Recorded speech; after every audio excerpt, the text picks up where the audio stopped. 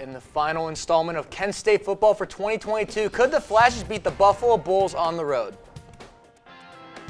And could the Golden Flashes men's basketball team shock the basketball world and the Houston Cougars over the weekend? Tom Brady paid a visit to Cleveland for a rainy affair with the Cleveland Browns. Could the GOAT will his team to 3 straight wins? Find out as Sports Corner starts right now.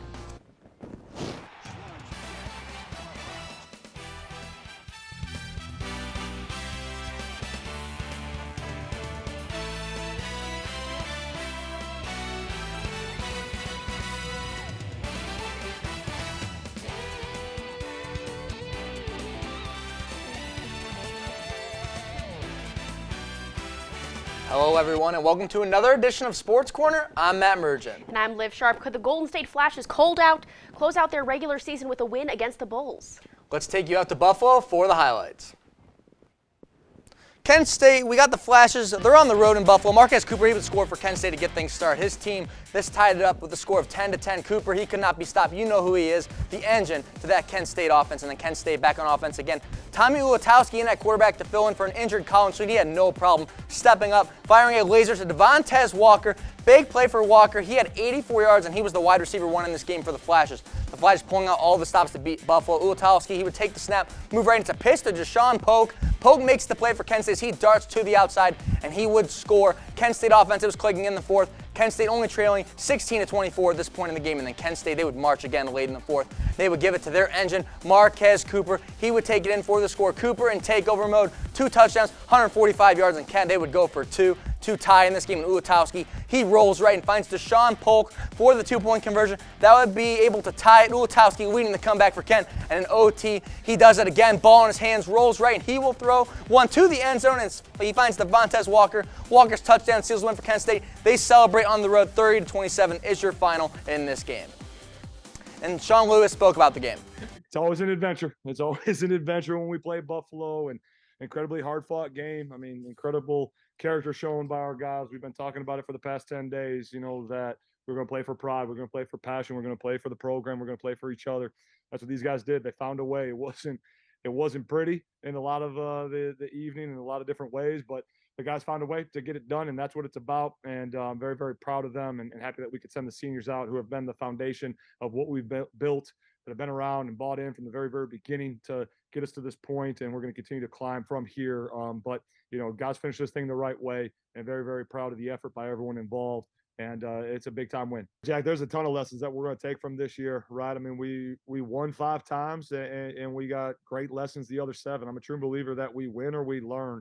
And, you know, this team, this club, you know, they took all the lessons from the whole year, those hard lessons that you need to learn, the pain that you have to endure so that it sparks and inspires change, you know, so that we could get to this moment and then we could win this game and we could battle through and we could weather the adversity, you know, and everything that, you know, culminated. There's a ton in that we can take from all of this. And now, obviously, you know, to be able to hit the road recruiting, to do the things that we need to do to continue to elevate our program and to continue to develop the talent that we have. It's great to be able to do that with a win, right? And we got a great story to tell that we're going to hit the road and do that, and obviously pour into our kids that are on the roster. We got to, you know, end classes the right way, end finals the right way, and handle all of our business the right way. But I'm excited to get rolling again in January, you know, with our off-season program and build this thing back up and you know, do it the right way, you know, so that we can be playing in postseason play and championship games the way that the expectations are for us and the standard that is for our Kent State football. Well, how about those Golden Flashes beating them in overtime 30-27, taking down the Buffalo Bulls? Tommy Ulatowski, that freshman from Chicago, he had a great game, 102 yards, 1 touchdown. Cooper had 145 yards and 2 touchdowns, and Walker had 84 yards, 1 touchdown. Buffalo still put up an amazing performance. Snyder had 165 yards, Meyer had 110 yards and 3 touchdowns, and Williams had 63 yards. And that's right, Liv. The Flashes, they were able to end on a high note, picking up a victory on the road against Buffalo, as we just said. It's great to see the seniors get a win in their last game as a Golden Flash. But how do you think this team will look next year? From what I can tell, Kent's not losing any major pieces with the except of Zayn West, who's a standout player on defense. Considering the Flashes are having a lot of defensive struggles, I mean, it's not great. There are more players on the defense, and I hope that in the offseason that they'll get stronger and come back better next year. No one else seems to be leaving, and I think that's kind of good. This team has potential, and they can unite through the shared experience of what I would call a horrific season and come back stronger. I will, however, say I am encouraged by the fact that the Flashes now have a legitimate, fantastic backup QB in Tommy Ulatowski. He showed up big time for the Flashes, and I'd rather he be the backup to Schlee than Cardman. And speaking of Schlee, as long as he stays healthy and he gets stronger in this offseason, he's going to make some noise in the MAC. It can only go up from here. Liv, I agree with you. I think this team on offense is going to look very similar to this year. You get your main offensive weapons back, which is always a good sign. You get another year with Cooper, which is arguably one of the most important pieces coming back, as we know the Flashes like to run the ball, and Sean Lewis will utilize this roster to the best of his ability. Davis and Walker will both be back as well, along with Schlee. And although it wasn't a great year for Kent, having this year of experience will better serve them for next season. A lot of questions, though, for this team are going to remain on the defensive side of the ball, and we will have to see how they solve these issues and tighten up on defense next season. And now we got Golden Flashes basketball. Kent is on the road in Houston. The game is in the second half. Malik Jacobs hits the layup. Kent State's best defensive player stepping up for his team. 15 minutes to go. Marcus Sasser, he's going to step back, and he knocks down the three. Sasser had 19 points, and he ties this game up, back up for Houston.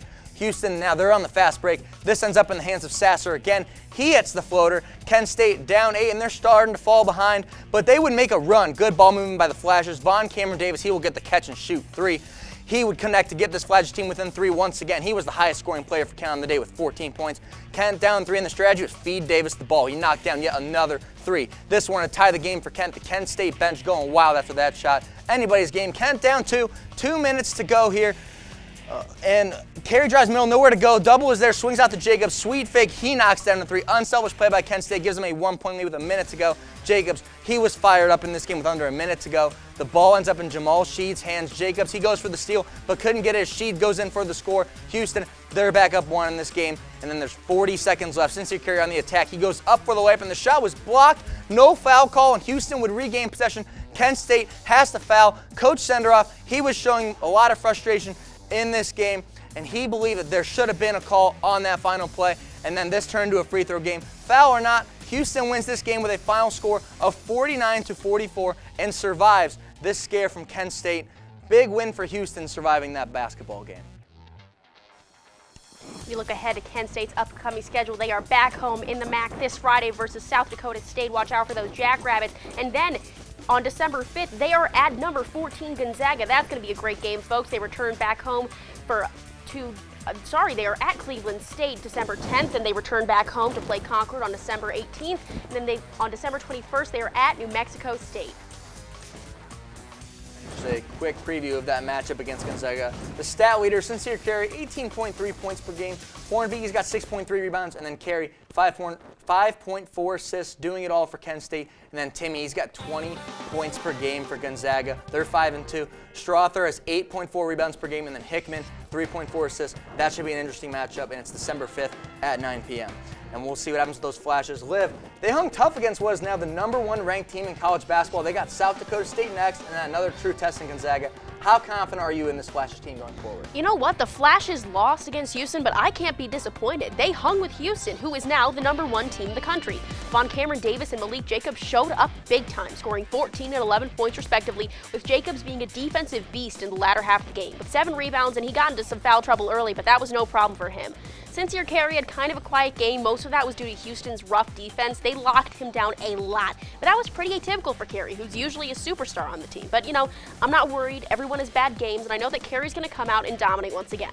But now that they've proven they can hang with the #1 ranked school, I cannot wait to see how they'll do against number 14 Gonzaga. That's going to be an exciting game. But we got to see the Flashes continue to be tight on defense and keep making the necessary shots. The Flashes had a chance to beat Houston, but it was blocked, and we can't have that happen against a really strong Gonzaga team. So for me, based on what I saw from the Houston game, I don't know how someone can't be confident in this Flashes team to go on and at least win the MAC. They played great for their matchup, and to some people, you can make the claim that Kent, they had a no call, and they were just a no call away from beating Houston in that game. But the result is what it is, and regardless, Kent should beat South Dakota State, and then we can see how they stack up against Gonzaga. Carey struggled a lot in this game despite only losing by 5, and you can expect more times than not for him to deliver. Malik Jacobs, he obviously delivered for this team, and we're going to see what happens. And hopefully, Von Cameron Davis, he can be a big contributor for this team. I'm excited to see what this team can do going forward, and hopefully, like I said, they can go on to win the MAC. And Christmas came early for the Kent State women's basketball team, taking a 72-66 victory over Southern Illinois in the Christmas Tree Classic game. Graduate student Lindsay Thal was shining bright posting a season-best 20 points and earning herself the MVP title of the tournament. The defense was outstanding, holding the Salukis to 11 of 46 shooting over the first 29-plus minutes. The future is bright for the Flashes as freshman Diana Gray came off the bench and posted a career-high 10 points in 12 minutes of action. The ladies will be back in action on Sunday in the MAC to host St. Bonaventure. Looking at their women's basketball schedule coming up, like we just said, December 4th against St. Bonaventure. They got Duquesne, December 7th, they're at Duquesne. December 11th, they're playing against Hiram, they're at home. Otterbein on December 20th, and they got Coppin State December 31st, here at home.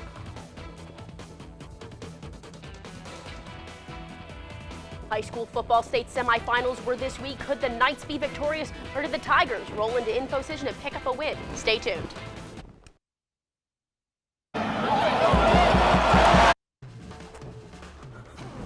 When you adopt a shelter pet, you discover their unique mix of all It kinds happens. of traits.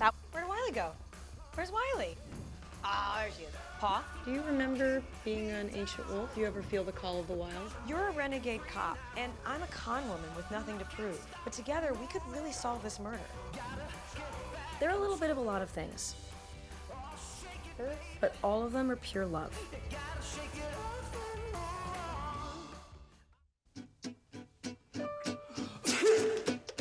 Danse, balance la cadence, ondule bien tes hanches, au bal du dimanche. Danse, que la fête commence, dans ma belle robe blanche, je suis ton chou. You didn't give up on sex, don't give up on birth control either. There are more methods than you think. Find yours at bedsider.org. The final game before states, Hoban versus Massillon. Who would punch their tickets to states? Well, let's check out some highlights and find out.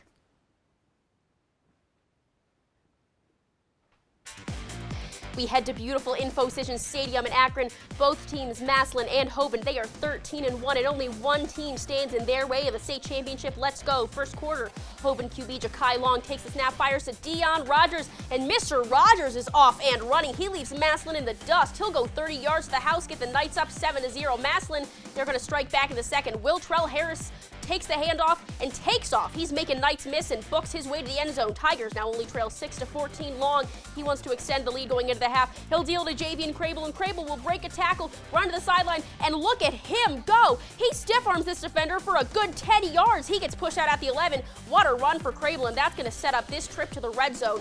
Long hands it off to Lamar Sperling. Sperling is going to keep churning those legs into the end zone. He's been quiet tonight, but don't worry, he'll heat up. The Knights lead 21-6. And what did I say, folks? He gets the ball at the 50. He finds a hole. He breaks a tackle, and he cranks on the Jets and just obliterates the Massillon defense for Lamar Sperling's second touchdown of the night. The Knights lead 28-14. Jaden Slaughter trying to close the gap for his Tigers. He'll get the snap, look around, fire, and he somehow connects with Will Trell Harrison, who is in heavy coverage. I don't know how he came down with that one, folks. What a snag for him. But it is Lamar Sperling. He will call ball game on his fourth rushing touchdown of the night. The Hoban Knights will have a date with Toledo Central Catholic on Thursday. The final score 41-20. Hoban wins.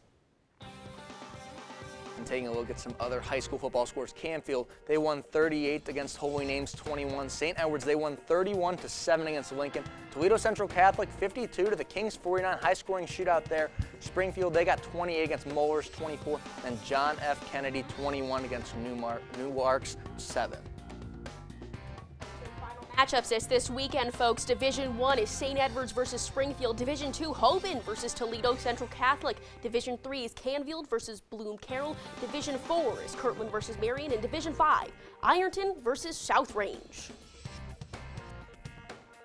It's the moment all Buckeyes fans have been waiting for, the annual grudge match with the team up north. We've got the highlights, so stick around.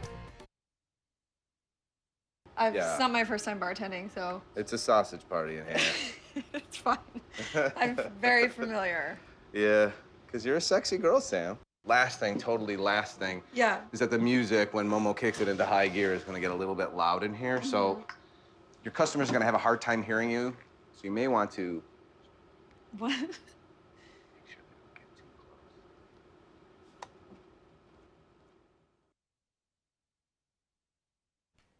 The Buckeyes, the Wolverines, both teams 11-0. Who would come out on top? Let's go down to the shoe for the highlights. Like I said, we got the Ohio State Buckeyes. They're hosting their rivals, the Michigan Wolverines. Buckeyes offense got going early. Stroud was back to pass, and he would convert this end zone strike to Emeka Egbuka for the score. Buckeyes took a 7-0 lead. That home crowd was going crazy. Wolverines, they're trailing by a score. Quarterback J.J. McCarthy is hurried on this throw, but he still completes to Johnson, and Johnson makes this play happen. No one can tackle him down the sideline. 20-10, touchdown here.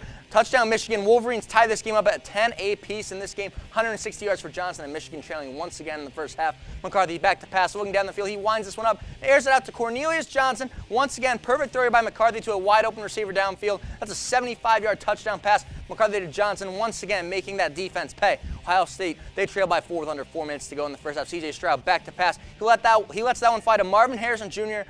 He burns the defense for this touchdown. 120 yards for Harrison, and the Buckeyes lead 20-17 at the half. Close game between these two ball clubs. Michigan, they would kick the scoring off in the second half as McCarthy would launch one to Loveland. And Loveland, he will score, and the Wolverines, they come out on fire in the second half of this game. Great game, great offensive play by Michigan, and then Michigan in the red zone. McCarthy takes the snap, and he does it himself. Showing off the arm all game, but shows off the speed on this play for the score. This makes the score 31-20 Wolverines. And like I said, the Wolverines back on offense. Once again, McCarthy hands the ball off to Donovan Edwards. He shoots the gap, and nobody is stopping him. Edwards takes it all the way. The Wolverines, they're silencing this crowd on the road. 216 yards rushing for Edwards and 2 touchdowns in this game, including this 75-yard touchdown run, and Buckeyes down 2 touchdowns. Stroud tries to extending the play, a little shovel pass here, and it's going to be intercepted by the Wolverine defense. The defense, they're getting the stop. Ohio State's hopes of coming back in this game were not looking good. 2 picks for Stroud, and with just under 4 minutes to go, Dom Edwards, what's better than a 75-yard touchdown run? An 85-yard touchdown run. Edwards was unstoppable in his 2 monster runs, helps carry this Wolverines team to another win. The defense holds Ohio State to 3 second-half points. Michigan takes this one with a final score of 45-23.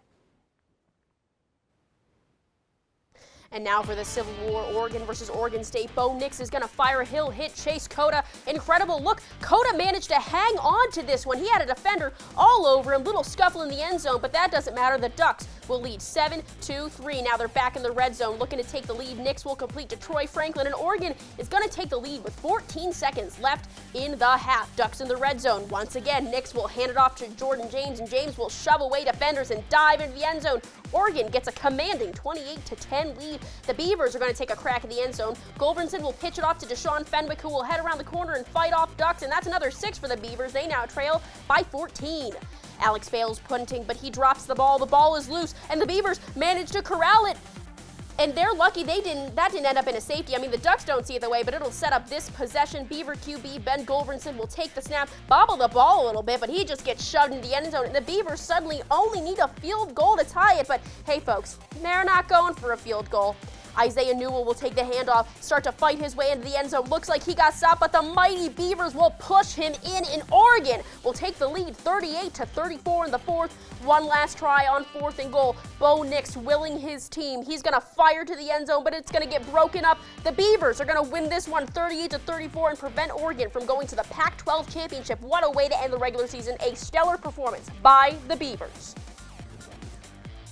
And now we got the Clemson Tigers. They're at home hosting South Carolina. Spencer Rattler and crew, they're going to start this game off on offense. He drops back, fires, and this one it's intercepted by the Tigers defense. Trotter Jr. with a pick 6. He had his fingerprints all over this game. 5 tackles, a sack, and a pick 6 for Trotter Jr. 7-0 Clemson early in this game, and now Clemson in the red zone. Fake handoff by Uwe Ongelele. He takes it himself, and he fights his way into the end zone. DJ gives his team a 14-0 lead. Clemson, they are dominating this game early on, and midway through the second quarter, down to score. Spencer Rattler escapes the pressure, and he's going to take it himself right up the middle into the end zone. Rattler, he closes the gap. He makes this game 14-16. South Carolina only trailing by 2, and the Tigers holding on to a slim lead. DJ drops back, and he's going to extend the lead by slinging this one to Antonio Williams. This touchdown extends the lead, making it a 2-score game as Williams hits the gritty there for the celebration. South Carolina was hanging tough, and Clemson was doing everything they can to pull away with this one. This touchdown by Will Shipley would give Clemson a 30-21 lead. Shipley 132 yards on the ground. And then late in the third, South Carolina on offense, Rattler is going to roll out, and he's going to let one go down the field to Wells Jr. He had a monster game for South Carolina as he takes this one to the end zone. Rattler 360 yards in this game and 2 touchdowns. They would go on to take the lead in this one. Clemson would get the ball back with under 2 minutes to go. Antonio Williams is the punt returner. Gave his team the lead earlier with a touchdown, but on this play, he coughs up the football. South Carolina recovers. Upset alert. South Carolina takes down number 8 Clemson in a thrower. They scrape the barrel and win with a final score of 31-30 in this matchup. And it's time for the Iron Bowl. The Tide is in the red zone. Young fakes the handoff, connects with Jace McClellan. McClellan's going to weave around a defender, gets into the end zone, and he's going to give Bama the 14-7 lead to start this thing off. Alabama once again in the red zone to start the second. Young hands it off to Roydell Williams, who avoids a tackle, shoves his way into the end zone. And Alabama, watch out, folks. They're now up 2 scores, 3rd and 7 for Auburn. Robbie Ashford will wind up and fire to Javarius Johnson in the end zone. What an amazing throw by Ashford. 20 yards to the house, and Auburn trails by 7. Bryce Young, he's going to show off his cannon with this 32-yard throw to Ja'Cory Brooks. Young, he's showing off why he's the Heisman here. Now it's Young firing to Trayshawn Holden. Holden is going to take off, and he will go 27 yards all the way to the touchdown. He weaves around defenders left and right, and Alabama takes a 35-14 lead to end the half. But there is no quit in this Auburn squad. Ashford takes the snap. He can't fight anyone, so he'll tug it under his arm and take off running 14 yards for the touchdown, but it is not enough. Alabama will win the Iron Bowl 49-27. Roll Tide.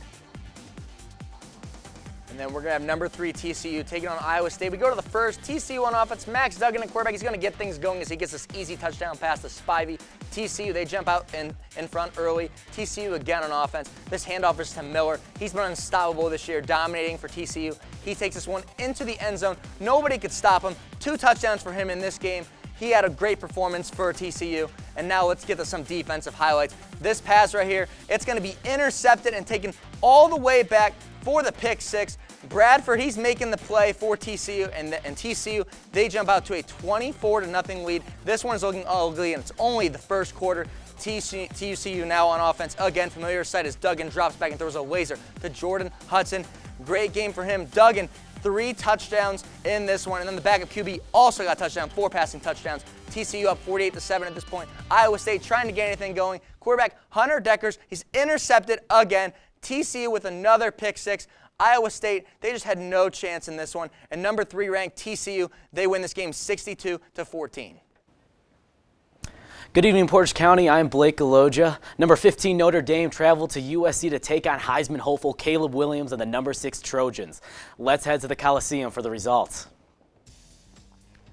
As Caleb Williams and the USC Trojans looking to jump into the college football playoff picture here, they're going to start it off and get on the board first when Williams scrambles forward, and he's going to throw it off to Taj Washington, who's going to make one man miss and dive into the end zone for 6. And they are ready to go now. 10-0 USC Notre Dame trying to come back just outside the red zone. Quarterback Drew Pine's going to throw it up to the big man, Michael Mayer. He's going to have a strong catch in the end zone. He had 2 touchdowns on the day. Now it's 10-7 here, clock running down to the first half. Williams is going to keep the option and score up the middle. Right now, Williams is feeling himself that Heisman hopeful, flashing the Heisman logo. This time, Williams is going to hand it off to his back, Raleek Brown, and he's going to high step untouched for 6. 24-7 Trojans. Looking like they're pulling away here. Fighting Irish trying to stay afloat. Deion Colsey is going to help them out with a tremendous back shoulder snag here. And it's going to close the gap just a little bit, but Caleb Williams, too good, spins out of traffic and untouched on the left side as he waves goodbye to those Notre Dame defenders. Final score 38-27 as USC will play number 12 Utah in the Pac-12 championship at 8 p.m. on. Like Blake mentioned, we have a lot of college football conference championships. The Big Ten, Michigan versus Purdue. Big 12 is Kansas State versus TCU. The SEC will see Georgia taking on LSU. The ACC has Clemson versus North Carolina. And the Pac-12, like Blake mentioned, is USC versus Utah. We're looking at the new AP Top 10. Number 1, we got Georgia. They're holding on to that number 1 spot. Number 2, we got Michigan. Number 3, TCU. USC is holding number 4, Ohio State. They dropped down to 5 after losing to Michigan. Alabama's sitting there at 6, Tennessee's at 7, Penn State's at 8, Washington and Clemson round out the top 10. Well, with the college football season coming to an end, who are your top 4 teams at the moment? Well, right now I think Georgia's pretty much a lock at number 1 unless there's a huge upset in the SEC championship, but those odds look even slimmer with LSU's quarterback Jaden Daniels questionable with an ankle injury.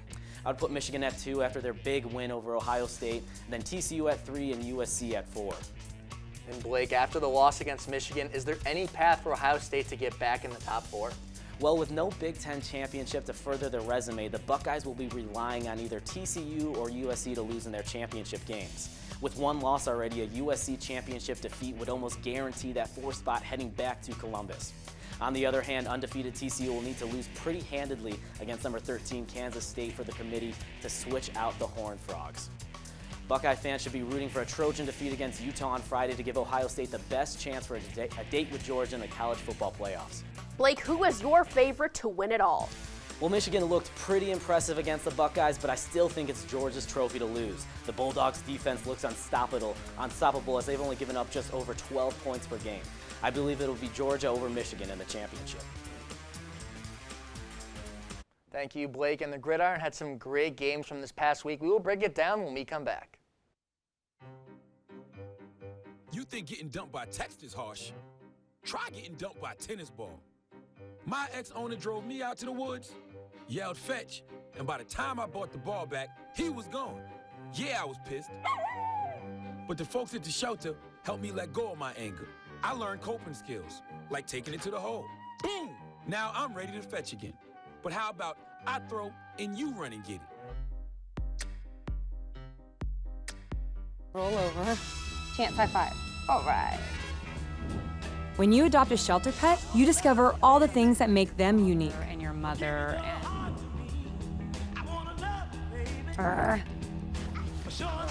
I am totally a hot person. Right, guys? Thanks for being honest. They're a little bit of a lot of things, but they're all pure love. Adopt pure love at theshelterpetproject.org. Welcome back to Sports Corner. The GOAT was in the dog pound this week as Tom Brady hosted the Cleveland Browns, and let's get into the highlights. Last ride for Jacoby Brissett, looking to end it on a high note. Let's go to the highlight. Brissett hands it off to Kareem Hunt. He's going to pitch it off to Anthony Schwartz. Schwartz is going to turn on the Jets here. Look at Jacoby with the block, and Schwartz will go the distance and get the Browns up 7-0 on their first drive of the game.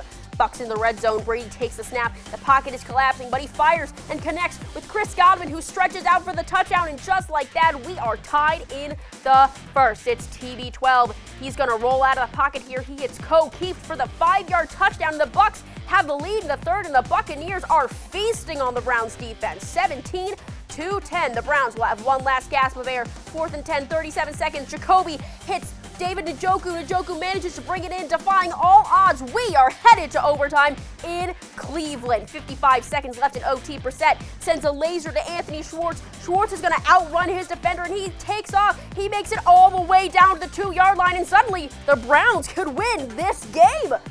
But you know who they're going to go with when the game is on the line? Brissett. He'll hand it off to Nick Chubb, and Chubb muscles his way into the end zone, and the Browns win it against the GOAT in overtime, 23-17. What a way to end Brissett's starting career with the Cleveland Browns. And then we go to Philadelphia, where Aaron Rodgers and crew are on the road. A-Rod is going to get things started on some play action. He hits his receiver, Randall Cobb, for this touchdown. High-scoring first quarter in this primetime matchup. Midway through the second quarter, Aaron Rodgers dropping back again, using his legs to extend the play, and he fires another one to the end zone. This time he would find Aaron Jones. 3 catches for 56 yards and that touchdown for Jones in this game. Tied at 20, 2nd and 10. Jalen Hurts will now go for it all with this pass, and he hits his receiver, Watkins, with the catch and score. Jalen Hurts doing it all, over 300 yards for him in this game. Eagles, they would lead at the half, and the Eagles knocking on the door once again. This time Hurts would fire to his number 1 target, A.J. Brown. That hurts the Brown connection, a big reason why Philly has been so good this season. They look unstoppable. Green Bay would suffer a loss at quarterback as Aaron Rodgers went down with a rib injury. He would head back to the locker room, and Jordan Love would come in at the position. Love with a chance to bring his team back down 14 in this one as he entered prime time. First drive out there for Jordan Love. Play action pass. He hits Christian Watson, and he's going to turn this into a foot race. Pedal to the metal for Watson as he will take off down the sideline, and he scores for Green Bay. He's made some big plays for that team this year. Love and Watson giving Green Bay some life in this game, but it was too little too late. Philly was looking to ice this one away, and Miles Sanders would do just that, picking up this first down. That would do it. Eagles, they go on to win 40-33, and they move to 10-1 on the year. Good win for the Eagles. They're holding on to first in that division, but the Cowboys, they're not too far behind.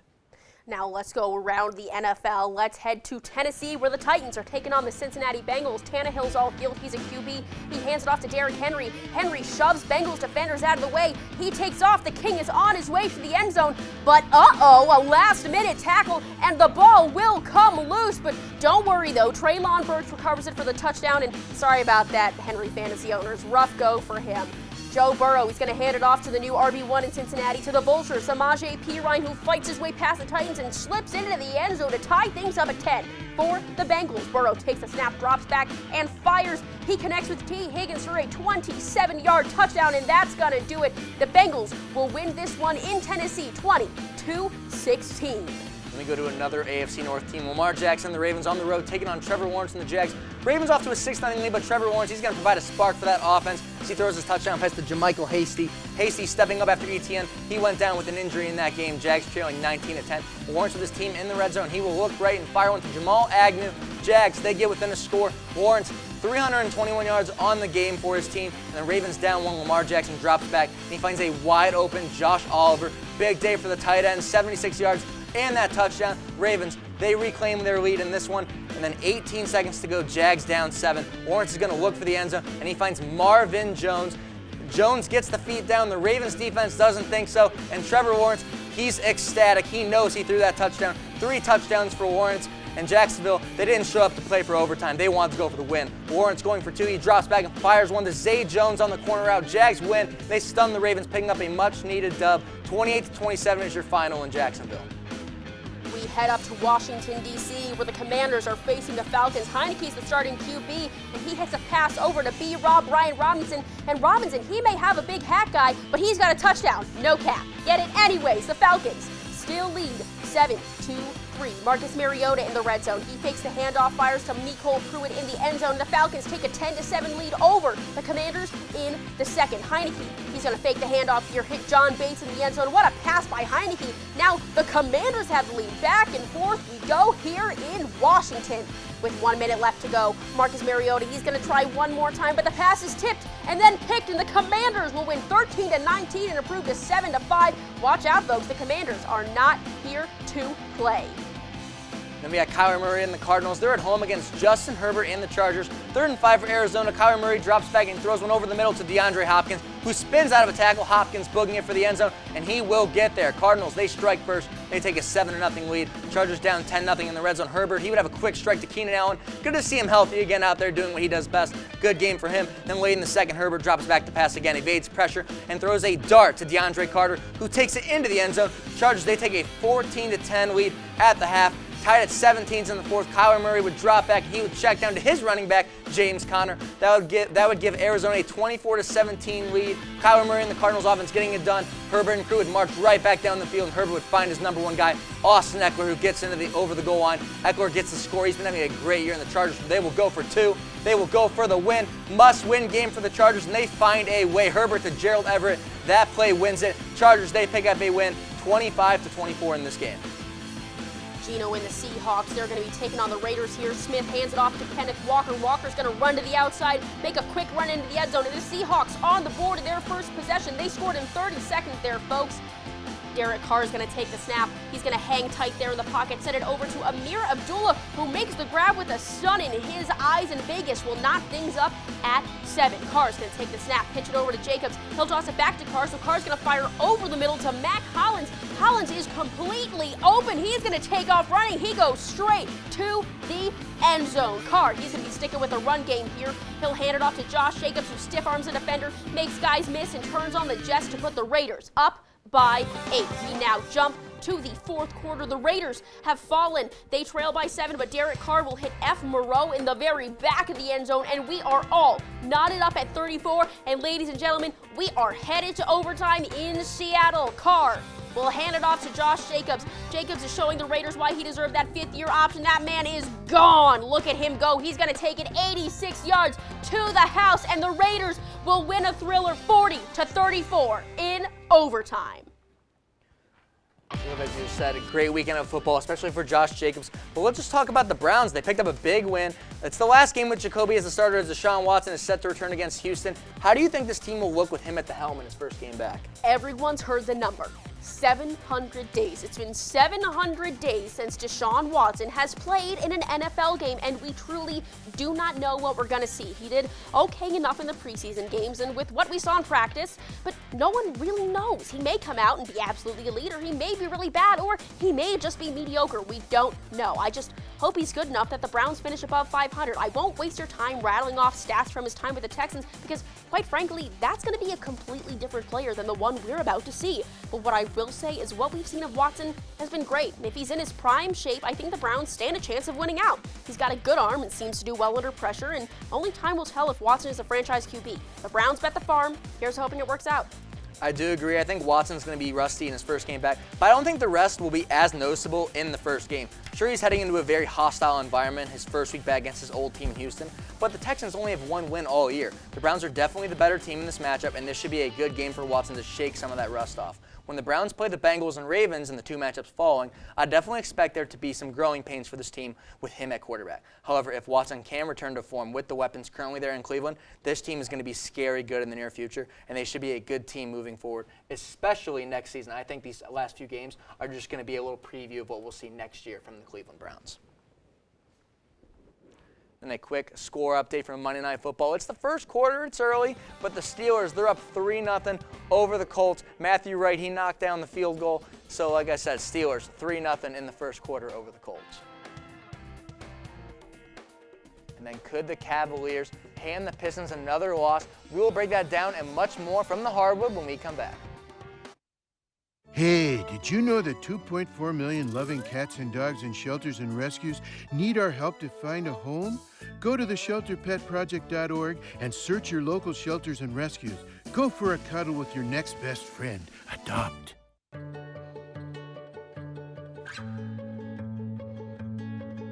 I feel like her heartbeat is like same speed as mine. And I think we have this like deep connection, this heart connection. In her heart that there's room for me and Mom. When I'm holding her, it makes me feel calmer. It's a sensory thing. It's a thing with Asperger's. She's really good with Anya. I've seen adults react to my daughter when she has meltdowns like she's from a different planet. And this little animal just sat next to my child and was just like, you know, it's gonna be cool. She's my superhero. Good job, kitty cat. When we adopted Lucky, we discovered all the wonderful things that make her unique.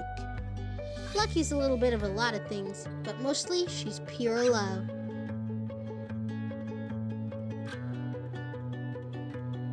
Hamilton was adopted from a rescue in 2008. He's quite the pug about town. He gets invited to a lot of parties. He knows he's a pretty big deal. How could you not love him?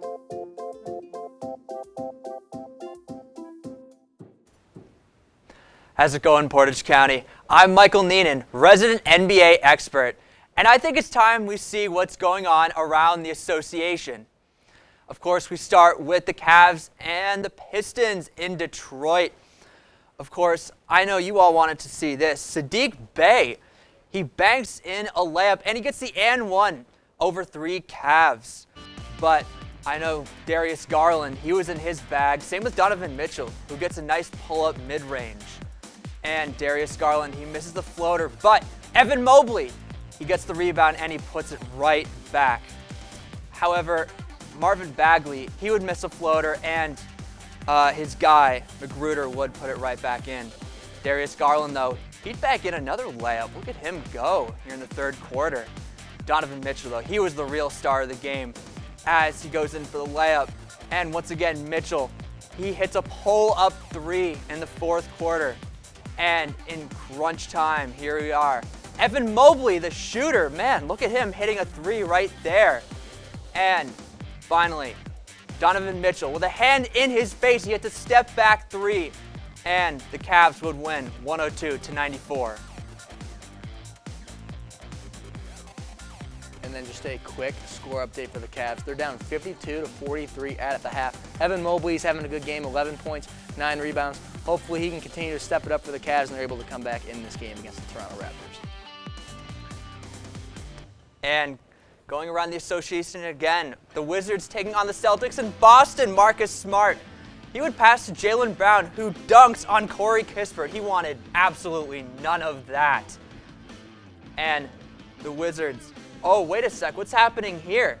They were looking for an offensive foul, and they dump it right in. But of course, Malcolm Brogdon lobs it to Luke Cornett for an easy lob. And waiting for something here, Grant Williams sets a screen for Jalen Brown, who puts it right in to put the Celtics up big late in the fourth, and the Celtics win 130 to 121. Big win for the Boston Celtics, but now we got the Lakers. They're taking on the Spurs. No Anthony Davis in this game, but you still got to worry about LeBron James. LeBron posting up against his defender, forcing the Spurs to double, and he's going to have a perfect pass to Thomas Bryant. 9 points in the game for Bryant.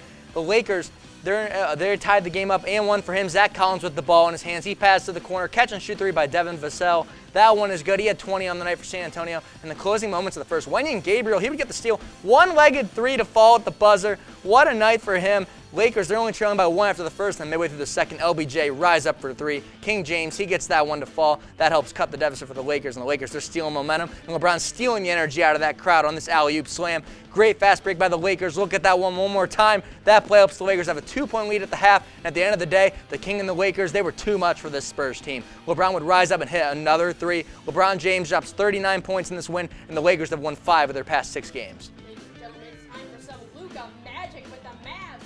Giannis and the Bucks. And hey, speaking of Luka Magic, he'll plan outside the three-point line, hit a 27-foot three-pointer, cuts the Bucks lead to 8. Luka's magic number must be 27 because here's a 27-foot step-back jump shot. Mavs still trail 29-36. Giannis backing up to the basket, roll around, and he's going to hit an easy layup. Still in the third, Giannis will drive to the basket, shove past Mavs defenders, and dunk on him. This dude is on another level. The Bucks will maintain their lead. Luka trying to make a final push for the Mavs. He'll hit a quick fadeaway shot, but they still trail by 9. Devon Carter driving down the court. He'll swing it out to Jrue Holiday. Holiday will deliver the dagger to the Mavs. A 3-point shot, and the Bucks will win 124 to 115, proving they are commanding force in the East. And of course, the Grizzlies taking on the Knicks here in Madison Square Garden. Oh, look at Emmanuel quickly showing off some moves to Jaren Jackson Jr. Man, the third-year wonder sure does know how to dribble the ball. And Julius Randle, after a down year, oh, he hits a three. Look at him go. And the newest acquisition, Jalen Brunson, passes to Grimes, and then Mitchell Robinson for a dunk. But the star of the show here is Ja Morant, as he goes for an acrobatic layup over 2 Knicks. And in the fourth quarter, he hits a pull-up jumper to put the Memphis Grizzlies up by 3. And RJ Barrett, though, he'd respond right back with a nice layup with less than a minute left. And Ja Morant, after finishing with a triple-double, he'd hit the dagger to put the Grizzlies up by 1. The Knicks would get another chance late, though, however. See, as Jalen Brunson, he'd have a pretty easy shot at a layup, but he would brick it. And the Grizzlies would scrape the barrel, winning 127 to 123. What a good game for them. Then we got Steph Curry and the Warriors. They're on the road, taking on Anthony Edwards and the Timberwolves. First play of the game, Draymond Green facilitating the offense. He throws a perfect lob to Andrew Wiggins for the slam. The Warriors already making noise on the road. He had 17 points for Golden State. Wiggins doing it all for his team as he fires his full court pass to Jordan Poole. He will get the 2-hand slam. Poole with 24 points for the Golden State Warriors. And the Warriors, they're up 24. But a bad pass from Steph leads to an Anthony Edwards one-man fast break, and he will throw it down to give this Minnesota crowd something to cheer for. Great hustle by Edwards leading to that basket. Timberwolves went on a small run. They cut it to within 10 late in the fourth, but Golden State kept their foot on the gas, knocking down shot after shot. Great ball movement by the Warriors and a great pump fake by Steph. Leads to the world's greatest shooter, knocking out a 3. Steph had a double-double. Golden State, they go on to win 137 to 114 in this game. The Utah Jazz, let us get into it too. The first we go, Devin Booker's going to swing it out to Cameron Payne. Payne's going to find DeAndre Ayton, and Ayton's going to hit a massive slam dunk to pull the Suns within 1 in the first. Jordan Clarkson with the rock. He'll pass to Colin Sexton. He's going to deliver a layup and get the foul. He's got a chance for the 3-point play. Utah now leads by 4. Landry Shamet headed down the court, but Sexton gets the steal and rushes down the other way, hits the layup and keeps the Jazz ahead. Payne tries the shot and misses it. Now Ayton corrals and tries the shot, but it's Torrey Craig who finally gets it up and in, and the Suns will take a 3-point lead. The Suns are going to win this 113 to 112 over the Utah Jazz. What a game. So, Mike, now that we're a quarter way through the NBA season, which team has surprised you the most? Well, Matt, I think the Utah Jazz have been far and away the most surprising team in the league. After trading away Donovan Mitchell and Rudy Gobert, I expected this team to be bottom feeders, yet they have been anything but that. As a matter of fact, they currently have the 6th best offense in the league and were number 1 seed in the West earlier this month. They've been on a bit of a skid lately, but I expect them to be a lock for this year's play-in tournament. So then which team do you think has been the most disappointing? Oh, far and away, the most disappointing team so far has been the Lakers. The expectation for this Lakers team was to make the playoffs, and even that is in question now. Despite an elite defense, their anemic offense is holding back what could be a solid team. Despite a recent stretch of wins, all of them were against bad to mediocre teams. There is still time for the Lakers to right the ship, but they have not done themselves any favors so far. And Mike, you predicted the Cavaliers would finish as a top 4 seed in the East this year.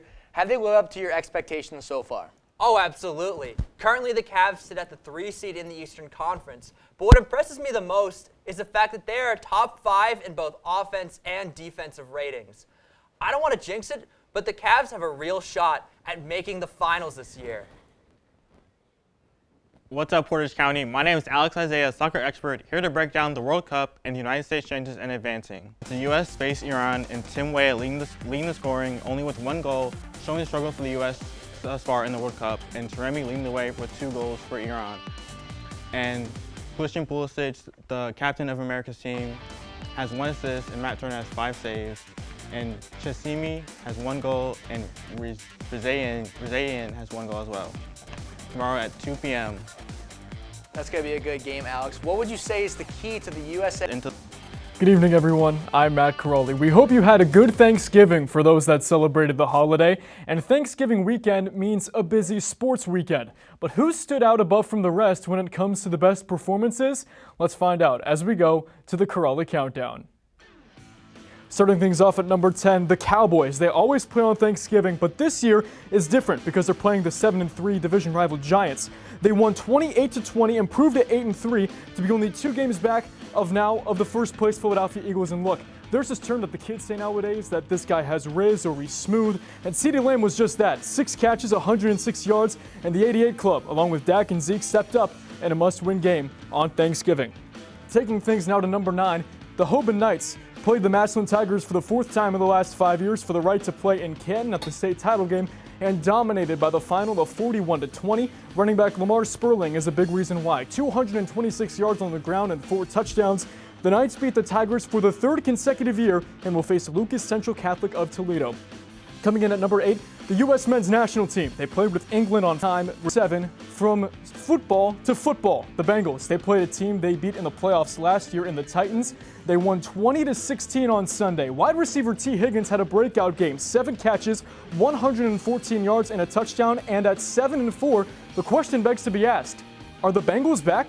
Well, time will tell. At number 6, South Carolina. Fresh off an upset win against Tennessee, they had to go into Death Valley against Clemson, and the Gamecocks do it again, 31-30. Leading the way was, you guessed it, another wide receiver, Antoine Wells Jr., 9 catches, 131 yards, 2 touchdowns. South Carolina with an unexpected late-season surge, a little bit of a surprise as we hit the final moments of the college football season. Number 5, the Cleveland Browns. They haven't won since Halloween. They welcome in Brady and the Bucks, and in overtime win 23-17. Jacoby Brissett goes out a winner in his final game as a starter. Tight end David Njoku had a catch that will be on many posters in the Cleveland area to tie the game, and Nick Chubb wins it. The Browns will now look to win back-to-back games for the first time this season, and they'll try to do it on Sunday afternoon in Houston against the Texans in the return of Deshaun Watson. All eyes will be on NRG Stadium in the state of Texas on Sunday at 1 o'clock. At number 4, Kent State football. The Flashes are not bowl eligible, so Saturday's game against Buffalo would be the last, and the Flashes did not disappoint. Down 2 touchdowns in the fourth, they win it in overtime 30-27 on the road, thanks to a game-winning touchdown from quarterback Tommy Ulatowski to Marquez Cooper. The Flashes finished 2022 strong. At number 3, Alabama basketball. They played number 1 North Carolina at the Phil Knight Invitational in Portland, and in quadruple overtime won 103-101. Former OU Bobcat Mark Sears led the way for the Tide with 24 points as Bama rolls the number 1 team in America in an absolute thriller. At number 2, what county does the Jacksonville Jaguars play again? Oh, that's right, Duval! In a stunner, they take down Baltimore in the fourth quarter comeback 28-27. Quarterback Trevor Lawrence had his best game as a professional to the tune of going 29 for 37, 321 yards, and 3 touchdowns. T-Law and the Jags get the huge upset win over Lamar and the Ravens, who had this on their Week 12 bingo card. I definitely didn't. But at numero uno, I know, I can hear all the what's coming from Ohio State fans on the other side of the screen. But it was a great game played by Michigan, beating their arch rival 45-23. Air J.J. McCarthy threw for 263 yards and 3 touchdowns, and the running game had running away from the cop speed. Ha ha!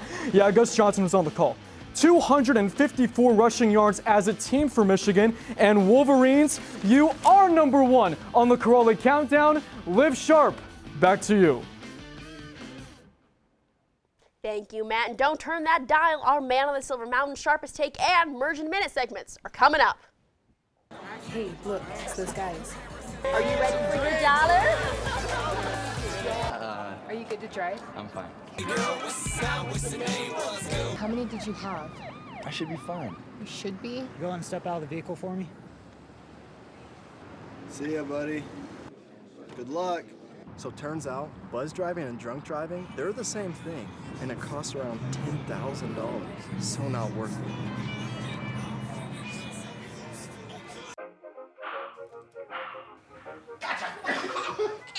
I surrender. All right, pal.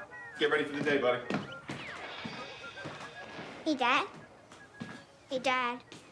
Do we have a gun? What's that? Do we have a gun?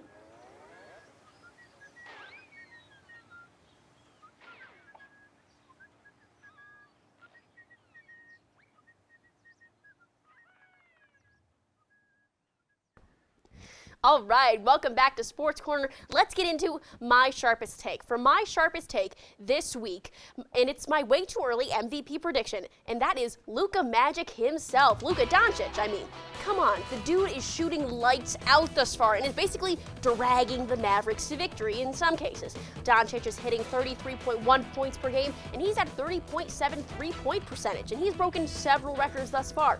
He's had his 50th triple-double of his career and has had 4 of those this season, and who else is doing that? I mean, he also had a 10-game streak where he scored over 30 points in each game, and he was only the 3rd player to score over 30 in his first 7 games.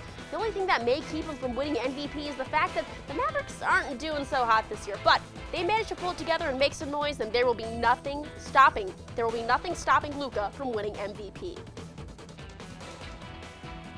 And for my Mergen Minute this week, I want to talk about the Odell Beckham Jr. sweepstakes and who I think will land the veteran wide receiver. While I think going back to New York to join Saquon and the Giants would be the best move for Beckham's career in terms of reputation, I believe Odell ultimately signs with the Dallas Cowboys. He wants a chance to win, which Dallas provides, and he would still be extremely marketable. Not only that, but Beckham would be able to fill a role similar to the one he had on the Rams. He'd be a solid wide receiver too on a good offense, with a great number 1 receiver, a quarterback, playing at a high level, and a great defense. If Odell is on that roster, the Cowboys would have a legit chance to make a playoff run if he's able to play at the level we know he's capable of.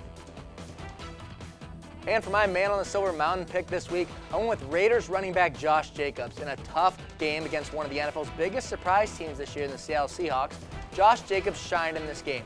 The superstar ran the ball 33 times and had 229 yards on the ground. And he also was great in the passing game for the Raiders, as he had 6 catches for 74 yards as well. He had 2 touchdowns in this game, including one that was in overtime to seal the win for the Raiders. It's one of the best performances from a running back this season, and Jacobs definitely deserved to be my Man on the Silver Mountain pick this week. My Man on the Silver Mountain is Browns quarterback Jacoby Brissett. Brissett was given the monstrous task of leading the Browns as a career backup for the first 11 games of the season. Now, this needs to be put into perspective. His whole career, he has been a backup. He even backed up Tom Brady. He's not the MVP, and for what he needed to do, he's amazing. He ended with 12 TDs and over 2,600 passing yards, but what makes him so amazing is his heart. He fought for every single first down, he uplifted his teammates, and he helped out in the Cleveland community and was an exemplary man and player throughout his time in Cleveland. Brissett took accountability for his shortcomings, which we haven't seen other starting QBs do. He did what he needed to do, and that is worthy of praise. Congrats to Brissett on a great season, and hey, I hope he stays around in Cleveland.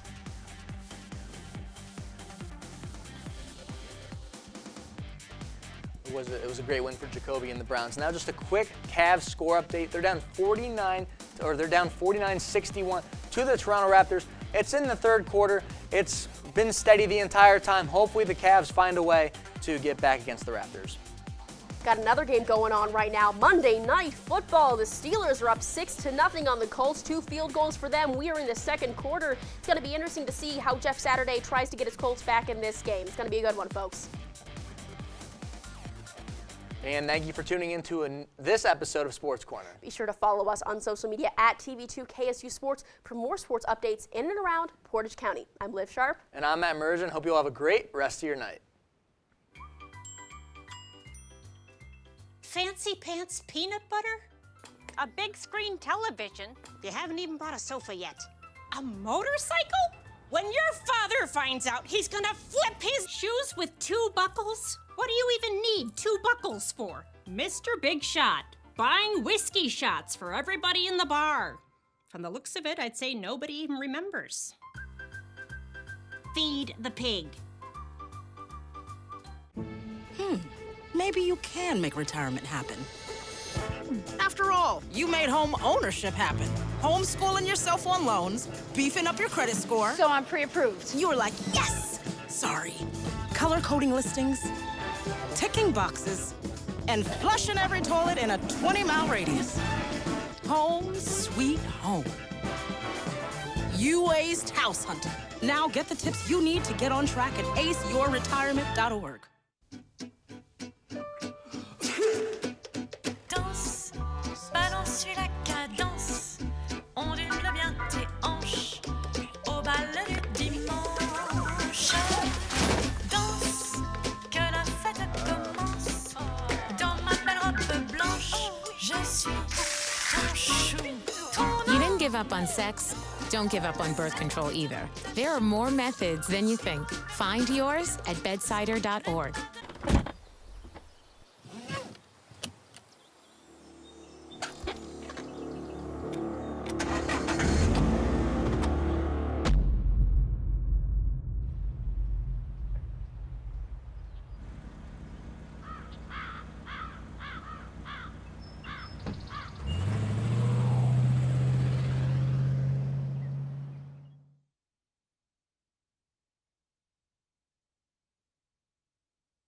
Hamilton was adopted from a rescue in 2008. He's quite the pug about town. He gets invited to a lot of parties. He knows he's a pretty big deal. How could you not love him?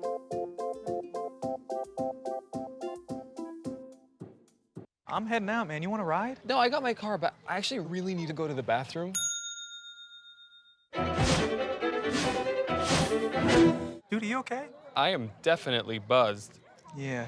I think I will take this, and I will take that.